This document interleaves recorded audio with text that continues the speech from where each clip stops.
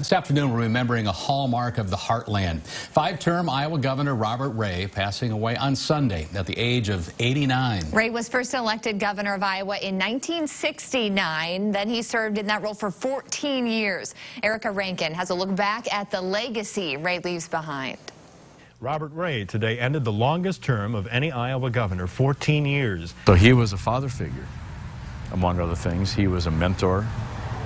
He was a good friend who I could talk to on matters, or he could be helpful to me in a personal way.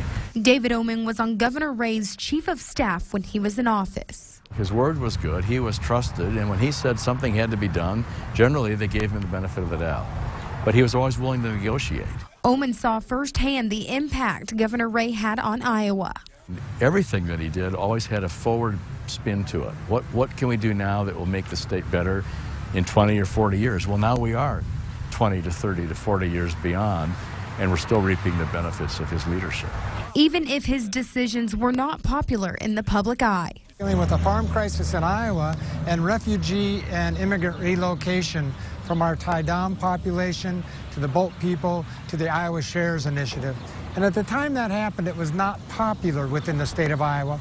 But Governor Ray believed it was the right thing to do because people were dying and they needed our help. Scott Raker is the executive director of the Robert D. and Billy Ray Center at Drake and can testify to Governor Ray's legacy he left on campus after he was president. He'll be noted, I believe, as a legacy of civility, of ethical leadership, and doing the right things for the right reason. Governor Ray knew how to work with everyone. He understood that this state's basically 1/3 R, 1/3 D, 1/3 independent, and nobody can dictate. Governor Ray opened the eyes of many. He broadened my horizon dramatically, and he showed one how to live in public life, in the public square, so to speak, which is tough. And on Governor Ray's last day in office, he left on a high note after the press hosted a party and he finally said goodbye. I will be forever grateful for the opportunity to have served and led Iowa during these exciting times.